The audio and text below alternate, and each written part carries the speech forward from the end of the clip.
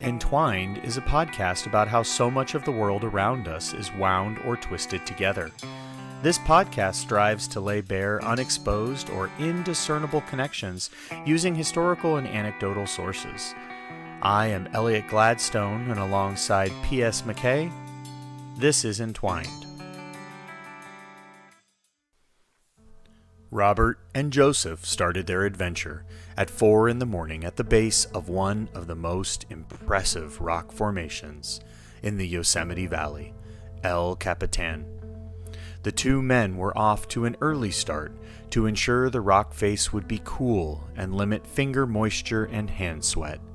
The 3,000-foot climb is a difficult climb for even the most experienced climbers. After making it past the first pitch, the stove legs, and the great roof, the men found themselves faced with the most difficult section of El Capitan, a section called Changing Corners. Rob used a popular technique where he used oppositional pressure to keep his back and sides glued to the rock face as he slowly inched up the unforgiving granite. Rob was a more experienced climber, and the two men expected he would reach the final bolt ladder first, and subsequently the top of El Capitan. As Rob moved into the final bolt ladder section, he tugged on the rope that connected the two men, letting Joe know he was going to continue up the rock face. Joe knew he was struggling with the challenging Changing Corners section and found it extremely difficult to keep his body tight to the granite. He felt the gentle tug and knew Rob had just decided to move forward into the next segment. Joe then tugged once on the rope to let Rob know he received his message and had no problem with his decision to go forward. Rob and best friend Joe had climbed together for years, and the two men had learned to communicate with each other using sequenced rope tugs to assist them when out of earshot. Joe, the weaker climber, had the proper gear, the right shoes, and had studied this section of rock for months, and yet still his back was pressed tight into the 90-degree corner of granite. He wondered if he would make it. The rock absorbed the man, hid him from the world, and for a moment he allowed himself to think about how hard it would be for Rob to pull him up. Joe knew many had fallen here. He knew some men, some women spent days trying to pass this section of rock, and it seemed for the first time to be an acceptable outcome to fail. Joe maneuvered his body so his upper back all the way down past his buttocks pressed tight against the rock wall. His legs felt like jelly or gelatin. Heck, at this point he wasn't prepared to discuss their differences, and he commanded his lower half to pull upwards and push in the opposite direction against the rock. With his left hand he held the corner of the sheer rock face, and while pushing against the wall with his back legs, he attempted to slowly, ever so slowly, pull himself upward. Hours passed, and Joe had only moved a few feet. He was starting to completely lose his resolve. He reached for a finger hold and started to feel himself slipping. His legs were beginning to betray him, and as the fingers of his left hand, chapped, bent, and crooked, took hold of a slight ledge. With one hand holding something firm, he attempted to adjust his position against the rock and immediately lost his footing. For the first time, Joe felt the real sensation of fear. Not completely inconsequential fear of failure, but real fear, the fear of falling. Joe was afraid. Joe was terrified, and like so many of the dreams he had had over the years, he was afraid of being helpless. He was afraid of falling. But more significantly, he felt overwhelmed and terrified of death. Joe held tight with one hand, his fingers cracked and now bloody. He struggled to get his other arm, his right arm, into a favorable position to give him a shot just one shot at having both arms to support the weight of his body. As he hung from the side of the granite monster, he pulled himself upward, then gambled, and threw his right side at the ledge. Joe hit hard against the sheer rock face. His fingers searched hopelessly for the ledge as his body moved further away from the rock wall he was trying so desperately to remain glued to. Now, like a pendulum, he came down hard again into the rock, his body demanding him to give up, to let go, to make the pain go away. And as he slammed into El Capitan one final time, he almost lost his grip. Now, no longer swinging, if you could call it swinging, because really, Joe was just flailing until he finally was able to regain command of his extremities, no longer operating on instinct, and forced the tips of his fingers to ratchet down tighter, hoping to pull his 5-foot 8-inch frame just a little closer to the ledge. Joe hung there, 2 hands clenched tightly onto the rock ledge, and decided it would be a terrible idea to celebrate this tiny victory. Joe was now dripping wet, his hands covered in a mixture of blood, sweat, and dirt from the Yosemite Valley. He willed the muscles in his shoulders, in his back and arms to afford him the convenience of being able to pull himself upward into a position where he could again use oppositional force to keep himself crammed against the granite wall. As he pulled, he began to feel the comfort of stability, and the idea of death, the idea of falling, started to work its way out of his active mind and into the black space where we all store our demons. Joe was again in control. He was again in a position to keep moving forward. Joe stared, almost in a daze, at the dynamic rope connecting him to the rock, and further up the monster to his friend. He knew Robert had likely made it most of the way through the final bolt ladder, and as he struggled to survive, he looked at the rope and he attempted to free his right hand. His right hand was freed, and he tugged firmly 3 times on the rope. Joe was willing to wait a full 10 seconds before tugging again in the same 3-tug pattern.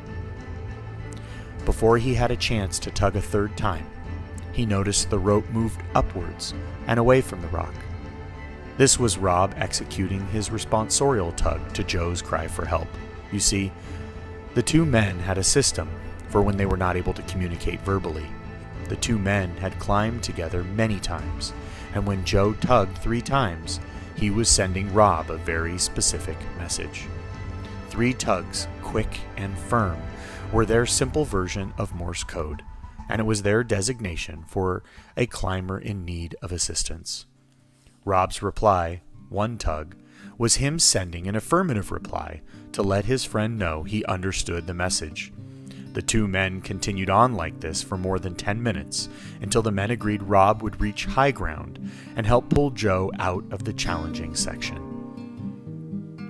Once out of the most difficult section, Joe would be able to continue on until he reached the top. This approach was seriously less satisfying for Joe, but for the first time he was climbing El Capitan, he would end up being relatively pleased with his effort. Yosemite Search and Rescue has been able to locate hundreds of stranded individuals within the limits of the national park. Each story is different, but many rescue attempts are born out of a hasty attempt to draw attention to an unfortunate predicament. Hikers use mirrors to reflect light, flashlights, fires, air horns, radios, and yes, nowadays they use cell phones. Rob and Joe found success, safety, and hope in non-verbal communication, and being able to convey their message hundreds of feet apart without words proved to be life-saving. Communication is an integral part of human interaction, and extends way beyond people into any medium attempting to deliver, convey, or dispense information.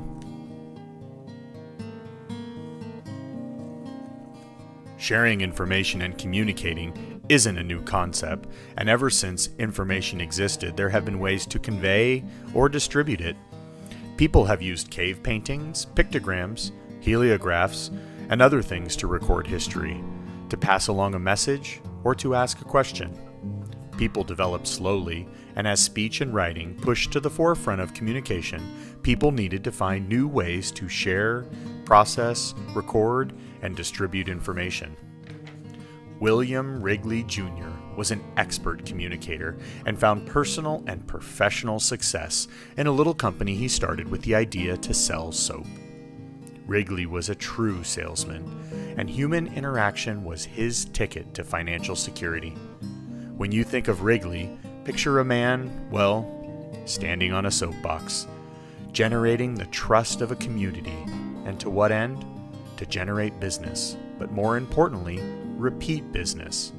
Wrigley would travel around selling his soaps and baking powders, and with every purchase, he would hand out a stick of Wrigley gum, which he quickly noticed was generating more attention than the products it was attached to. Wrigley decided to shift more exclusively into the gum market and developed a spearmint version marketed to freshen breath, as well as another gum line with the name Juicy Fruit. Wrigley was so confident in his products, he decided that everyone in America should try them. Wrigley had the bright idea to use the postal mail system to communicate with consumers and has been credited with the first ever direct mailing marketing campaign. You see, Wrigley had the bright idea to send a stick of gum to every single person in the phone book. The campaign worked. Wrigley started to bring in so much money, he was able to make a significant purchase and another way to market his brand to the U.S. public. In 1921, William Wrigley Jr. purchased control of the Chicago Cubs and changed the park's name from Weegham Park to Cubs Park. The names wasn't officially changed to Wrigley Field until 1926. The Chicago Cubs were no strangers to different forms and methods of communications. Around this time, the baseball team ownership was resistant to broadcasting baseball games over the radio because the owners were concerned that if people were able to listen to games, they would never make the decision to come to the ballpark. I find it so interesting that not much has changed in the last 80 years, and with the invention of color television, the internet, and live streaming, the concern is still and likely will always be that people would prefer to avoid paying for a ticket. Baseball owners were so worried about radio impacting attendance that for many radio stations, the person calling the game was not even invited to the ballpark. William Wrigley Jr. and the Chicago Cubs were no different. There was one radio station located in Des Moines, Iowa, which broadcasted Cubs games, but back in the 1930s, this was extremely difficult to do from a location which wasn't inside the confines of the ballpark. The radio station stumbled on an unknown kid from Illinois who had his sights set on becoming an actor. WHO Iowa hired the kid to broadcast the games as an announcer, which came with a significant catch. He would have to receive the play-by-play via telegraph, only to translate it into words and share it with the people of Des Moines. The kid worked for the radio station. He had a name, but people often referred to him as Dutch. Dutch would read the Morse code streaming out of the telegraph and give the play-by-play with his own flair, and was widely referred to as one of the best baseball announcers of his time. Dutch would end up being remembered as a famous American, and not necessarily for the broadcasting job he held as a young adult. This wasn't because he called an amazing game, or because he starred in a plethora of movie or television programs either. Dutch, the kid from Illinois, ended up being remembered because of what he did for the American people while sitting as the President of the United States of America, and would ultimately be remembered by his given name, Ronald Reagan, the great communicator. Reagan worked for at least 2 radio stations in Iowa and called Cubs games beautifully using Morse code without ever seeing the games live. One time the cable wire was malfunctioning and the telegraph just stopped. Reagan had to think quickly because if he just stopped giving the play-by-play, he could risk a loss of listeners. In true Gipper form, he went to the one stat which had no impact on the game and would not be officially recorded in the papers. That's right, foul balls. Reagan creatively called foul balls for several minutes until the cable was restored and the game continued. I can only imagine how difficult it would have been to read a telegraph and turn a series of dots and dashes into baseball plays. Heck, even if the telegraph machine in the 30s did the actual character conversion for the end user, it would still be amazing. Morse code isn't complicated, but it is a system in which the speed would need to interpret, translate, and communicate a message would be relatively intense. Most telegraphs charged by the word, so messages tended to be succinct, and Reagan would have needed to embellish and expand on much of what was communicated through the wire. Morse code wasn't a new technology, and at the time had been around since 1883, when Morse first demonstrated the telegraph at Speedwell Iron Works in New Jersey. If you are unfamiliar with Morse code, it functions in sending information via beeps, lights, taps, clicks, or tones, where each Morse code character equates to a letter or number. For example, the letter A would be represented as a dot and a dash, whereas the letter K would be communicated as a dash, a dot, and another dash. After each letter or word, there would be a pause, and an early wire operator would put down the stream of nonsense together and form words and sentences. Around the same time, or maybe about a decade after Reagan was calling Cubs games from Iowa, a man by the name of Norman Joseph Woodlawn was using Morse code in a very different way. You see, in his youth, Norman Woodlawn would earn his signaling merit badge in the Boy Scouts, where one of the requirements was to send and receive a Morse code message. Woodlawn was an intelligent man and worked in Atlantic City perfecting an elevator music delivery system. He also worked on the Manhattan Project while earning a bachelor's degree at Drexel University. Woodlawn eventually left college while attempting to get his master's and teamed up with a friend by the name of Bernard Silver to focus on a project to encode data graphically so information could be communicated between systems, individuals, or machines with ease. Woodlawn struggled with the idea of how to turn data into something visual, and while sitting on the beach one day, he plunged his hand into the sand and made lines. He played with the sand and ultimately the width of the lines and immediately understood the relationship to Morse code. Wide lines and narrow lines would have different values, which was based on the concept of dots and dashes. Woodlawn and Silver filed for a patent with the intellectual property firm Howson & Howson and were finally granted a patent in 1952 for the world's first barcode. The barcode of 1952 didn't look anything like the familiar rectangle shape on the back of your Captain Crunch box, your toaster, or the box your LED HD TV came in. Woodlawn's barcode was circular and resembled a bullseye. The idea was that the circular code would be much more forgiving and could potentially be read from any angle or direction. Woodlawn and Silver struggled to market their product because in 1952 printer ink was expensive, and more importantly, the printers of the time period would fail to replicate the code without having the ink run or bleed together, which eventually would end up defeating the intent of the project. Woodlawn was still proud of his invention and sold the idea to Philco for $15,000. The patent changed hands several times over the years, going from Philco to RCA, and eventually the patent expired only to be gobbled up by IBM.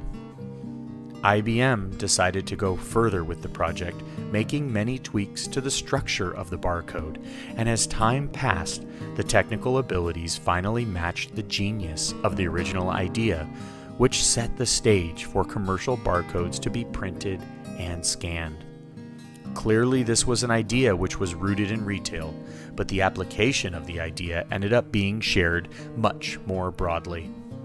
IBM was able to finally come up with a cost-effective, efficient way to visually encode data and allow people to transfer information and data around the world. In 1974, the first official test of the newly termed Universal Product Code, or UPC, was to take place in a small grocery store in the city of Troy. A man, really the store manager, by the name of Clyde Dawson, became the first person to purchase an item which was scanned and identified using its UPC barcode on the back of the package. Mr. Dawson walked up to the register and placed the product on the belt for purchase. So what was that lucky product to have its information transferred from barcode to computer for the first time in 1974? It was a pack of Wrigley's Juicy Fruit Gum. Thank you for listening. This has been Entwined. Entwined is a podcast that releases every other week and is written, recorded, edited, and produced by Elliot Gladstone and P.S. McKay. This episode was written by Elliot Gladstone. Please tune in next time to see what P.S. McKay has in store for us. For more information about the show or the authors, please check out entwinedpodcast.com or visit our Twitter page at entwinedpodcast.